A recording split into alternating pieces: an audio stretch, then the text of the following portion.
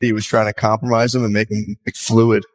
He said once you compromise your center of integrity, which is your butthole, you become fluid and like nothing, you get off of it. I started kicking it with Diddy, right? I ran around with Diddy for 2 years, and this Diddy, we never went to the studio one time, but he was like, yo, I fuck with your demo, that shit, you know, bad boy, but hey, Playboy, hey, here go a watch, Playboy, here go a chain, Playboy. I'm like, yo. Just when everyone thought the Diddy saga had reached its limit, 50 Cent dropped a bombshell, hinting that he might have actually rescued Terrence Howard from getting caught in Diddy's infamous party chaos.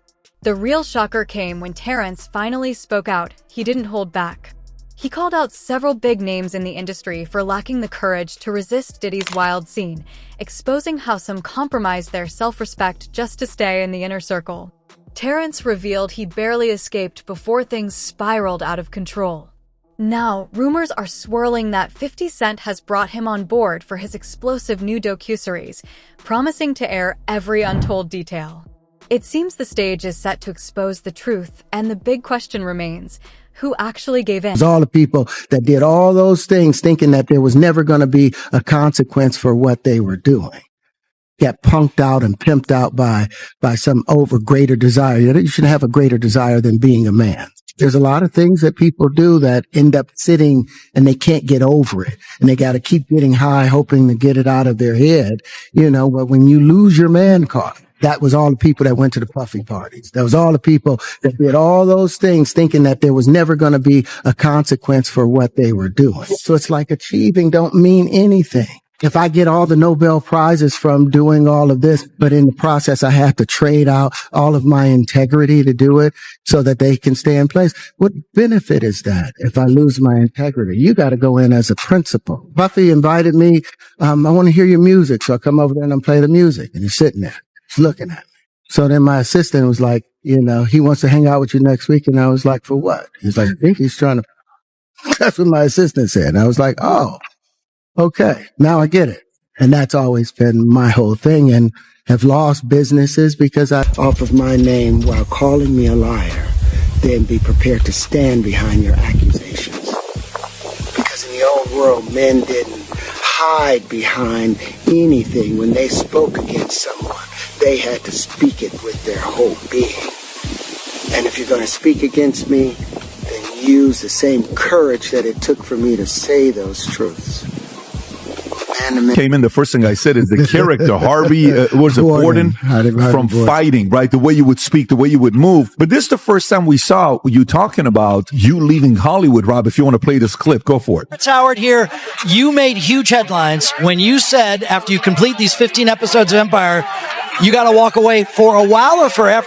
For good. I mean, everyone keeps trying to tell me, don't say it's forever, but I've spent 37 years pretending to be people so that people can pretend to watch and enjoy what I'm doing when I've made some discoveries in my own personal life with the science that, you know, Pythagoras was searching for. I was able to open up the flower of life properly and find the real wave conjugations that we've been looking for 10,000 years. Why would I continue? While I'm there, Dolo. You're there by yourself. Yeah. With the, you know, he has some employees there. Yeah. Yeah. So suddenly there's red dots all over your shirt. Yeah. I'm like, damn, this is crazy. You know what I'm saying? I really could, I didn't. Whispers about big names are circulating, even some of the most beloved rappers. But the real question on everyone's mind, does 50 Cent actually have the proof to reveal what really went down at those secret Diddy parties and the truth about his run-ins with Terrence Howard? Fans are desperate for answers. Terrence dropped a cryptic line during his interview, claiming that even when I'm wrong, I'm still right, a statement that raised a few eyebrows. On the PBD podcast, he peeled back the curtain on the dark side of those exclusive gatherings. He explained that many celebrities completely lost themselves trying to fit into that world. Once someone sacrifices their integrity for acceptance, there's no turning back. Terrence insists that's exactly what happened to many who attended Diddy's events. They made choices they thought carried no consequences, only to end up being manipulated and played. All in the pursuit of fame, at the cost of staying true to... You got to take... You're going through so much shit to try and deal with life. You are literally, it's an unhealthy space. And so eventually Our thing where we talked about how the man's like the kind of center of structural integrity is his butthole. And he claims P. Diddy was trying to compromise him and make him like fluid. Said once you compromise your center of integrity, which is your butthole, you become fluid and like nothing. You get all fucked up. Yeah, he's a mathematician, so he was saying like the geometry, like the underpinning of your structural manhood.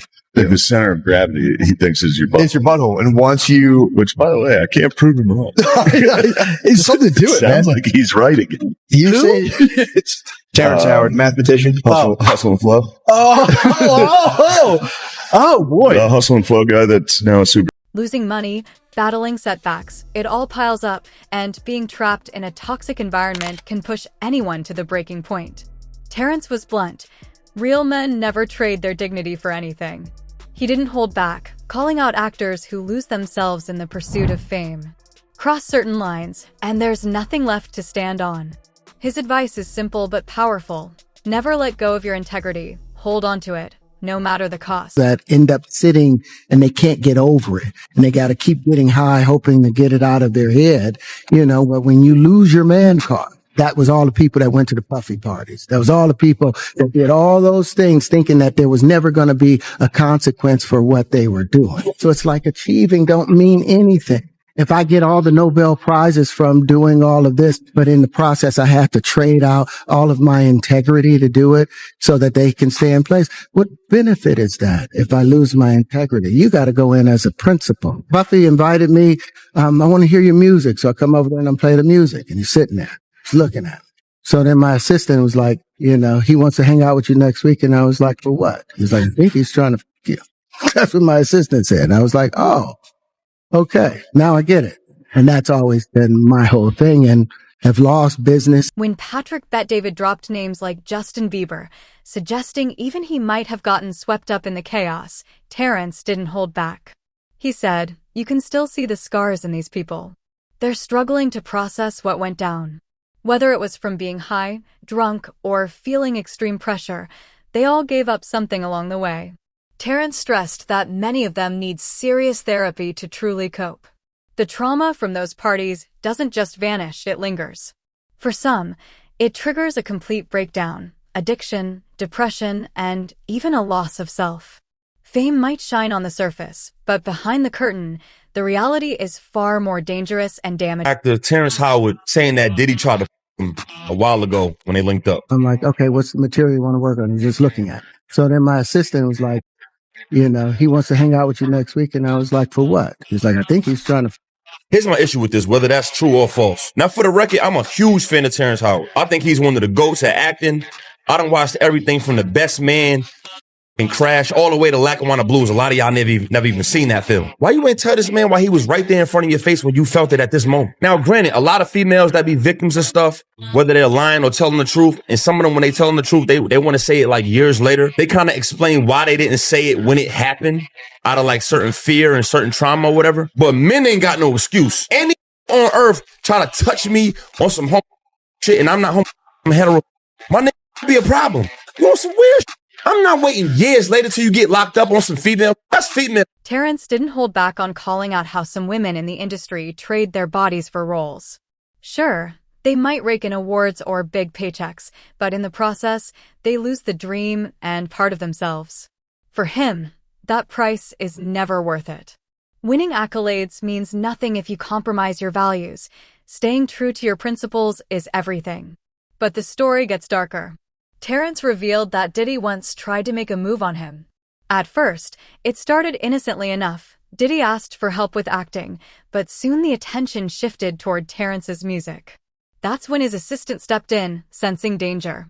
When Terrence refused Diddy's advances, he didn't shy away from sharing exactly what unfolded. Where you got invited and he said no consequences when you said no. Puffy invited me for weeks asking me to come and teach him wanted me to be his acting coach for a while. Go there and he's sitting around just looking. I'm like, okay, what's the material you want to work on? He's just looking at it. Then next thing you know, okay, hey, will you help me? I want to hear your music. So I come over there and I play the music, and he's sitting there just looking at it. Like waiting. So then my assistant was like, he wants to hang out with you next week. And I was like, for what? He's like, I think he's trying to That's what my assistant said. I was like, oh, now I get it. So now no more communication. Now you notice to be hands off with somebody. A number of producers come in and make the approach, and you threaten to punch them in the mouth, threaten to knock their head off for talking to you like, or looking at you like you're a woman. You know, when you approach a real man about his masculinity, you're going to get a real reaction. It's a difference when a walks in a room and when a man walks into a room. And a man don't. Terrence revealed that Diddy had been inviting him over for weeks, claiming he needed guidance as his acting coach. But when Terrence finally arrived, there was no script, no lines, just Diddy staring in silence. Then the focus shifted again. Diddy wanted to hear Terrence's music. He played his tracks, but Diddy said nothing, only observing. Later, Terrence's assistant pulled him aside and mentioned that Diddy wanted to meet again the following week. That's when it all clicked for Terrence. This wasn't about acting or music. It was something entirely different. Diddy wasn't the only one testing Terrence. He faced producers pushing shady deals, but he never wavered. A real man doesn't trade his integrity for any opportunity, he said. Terrence admitted that sticking to his principles cost him major roles and big breaks. He walked away rather than compromise his values. Once his interview dropped, the internet went wild. He became one of the rare voices bold enough to call out Diddy. Meanwhile, 50 Cent, who wisely avoided those chaotic parties, is now preparing to spill more in his upcoming Diddy docuseries. Those things, thinking that there was never going to be a consequence for what they were doing. Get punked out and pimped out by some greater desire. You shouldn't have a greater desire than being a man. You've been heavy on social media talking about it. He did it. And I'm the only one who's been vocal about this long before it actually. Oh, you've been saying this for a long time now. And then no one was, they're just, why is he saying this? And now it's coming out like crazy. I mean, but I also didn't participate. I also didn't go to those parties. Yeah. So a lot of the celebrity culture that you don't hear saying anything is because they participated. But was there a reason you never went to those parties back in the day? Obviously, I know what was going on there, but is there a reason you never did? I'm just not with all that freaky shit. Like all of the stuff that he's doing, I'm not into that type of stuff. I'm just a little more. 50 Cent weighed in on Terrence's revelations, sharing a clip of the interview with the simple caption, "No comment." He added, "God help us all," hinting at the chaos beneath the surface. But here's the twist. He's turning all the Diddy drama into content for his Netflix docuseries. 50 Cent has transformed the controversy into a goldmine, sparking a bidding war that Netflix ultimately won. The series promises to dig into everything from Cassie's lawsuit to the explosive allegations. Fifi's petty antics take center stage, and he's even reached out to Terrence to get the inside scoop. It's no surprise Fifi has always had Terrence's back, especially when it comes to Hollywood's treatment of black men and the roles they're often pressured to play. I don't play the role. I don't a man. I don't do that because the man card means everything. You see Bieber struggling with that. You see some of these guys struggling with that. They can't get it out of their head, whether they were or high or whatever. You gave up your man card. That was all the people that went to the puffy parties. I've never seen somebody recover from it. They have their money, but they don't have their dream. They don't have the soul that they started with. So Terrence stood in support of Ray G.P. Henson after she spoke out about being underpaid in Hollywood, admitting he wasn't shocked. This has been an industry-wide issue for years. Then he revealed a shocking personal experience for his role in Hustle and Flow, a film that grossed over $75 million. He was paid just $12,000. To make matters worse, he still hasn't received a single royalty for the songs he performed in the movie. Harvey, Gordon, from fighting, right? The way you would speak, the way you would move. But this is the first time we saw you talking about you leaving Hollywood, Rob. If you want to play this clip, go for it. Terrence Howard here. You made huge headlines when you said after you complete these 15 episodes of Empire, you got to walk away for a while or forever. For good. I mean, everyone keeps trying to tell me don't say it's forever, but I've spent 37 years pretending to be people so that people can pretend to watch and enjoy what I'm doing when I've made some discoveries in my own personal life with the science that Pythagoras was searching for. I was able to open up the flower of life properly and find the real wave conjugations that we've been looking for 10,000 years. Why would I continue? Terrence also hinted at taking legal action against Paramount over pay he claims is still owed, money dating back nearly 20 years. He shared that for Crash, a film that went on to win an Oscar, he was only paid $6,000. The fallout isn't just about Diddy anymore. It looks like the entire industry may have to brace itself. Send them a letter. Are you serious? I got to send them a letter to say, hey, you guys owe me about 20 years worth of residuals and performance royalties. But I didn't know. I was just trying to pay my rent then. I made $6,000 doing Crash. Crash didn't. I remember the movie Crash. Yes, that's right. That's right. The business don't pay actors anything. That's why the strike is going. Who hasn't put amount of time that you have put in? Credibility after 1 × 1 × 2, 1 × 1 = 2. How do you come up with that conclusion? Well, if I was wrong, then they wouldn't have made such a big stink about it. But the fact that I was able to show them what they're calculating, that because they have 1 × 1 = 1, right, an action times an action without a reaction, and as a result of it, you get this contradiction with the square root of 2 being cubed, having the same value as the square root of 2 times 2, which should say a red flag, a herring right away that there's something wrong with the mathematics, with that being the problem that leads into the distribution of prime numbers, because the number 2, any prime number that you subtract from another prime number, always is going to end up in a composite number. But except with the case of the number 2. That's the only prime number that you subtract from another prime number and you end up in a prime number. Why? Because the prime... Hearing Terrence's story, 50 Cent immediately stepped in, inviting him and Taraji P. Henson to G-Unit Films with a promise to pay them what they truly deserve. He shared a clip of Terrence reflecting on being underpaid for hustle and flow, captioned, "Yeah, it get hard." 50 admitted it stung to hear and emphasized that he wants top talent and will compensate them properly. He even made a playful remark about Taraji checking in with Mary J. Blige, who apparently has a huge bag. Tired of working so hard, being gracious at what I do, getting paid a fraction of the cost. I'm tired of hearing my sisters say the same thing over and over. Taraji P. Henson's brutally honest and emotional explanation of Hollywood's pay disparity is going viral. I hear people go, "You work a lot." I have to. The math ain't mathing. Big bills come with what we do. We don't do this alone. The fact that we're up, there's a whole entire team behind us. Yes. They have to get paid. Inflation, equal pay for Black actresses. So 2018 was when I finally got a real quote.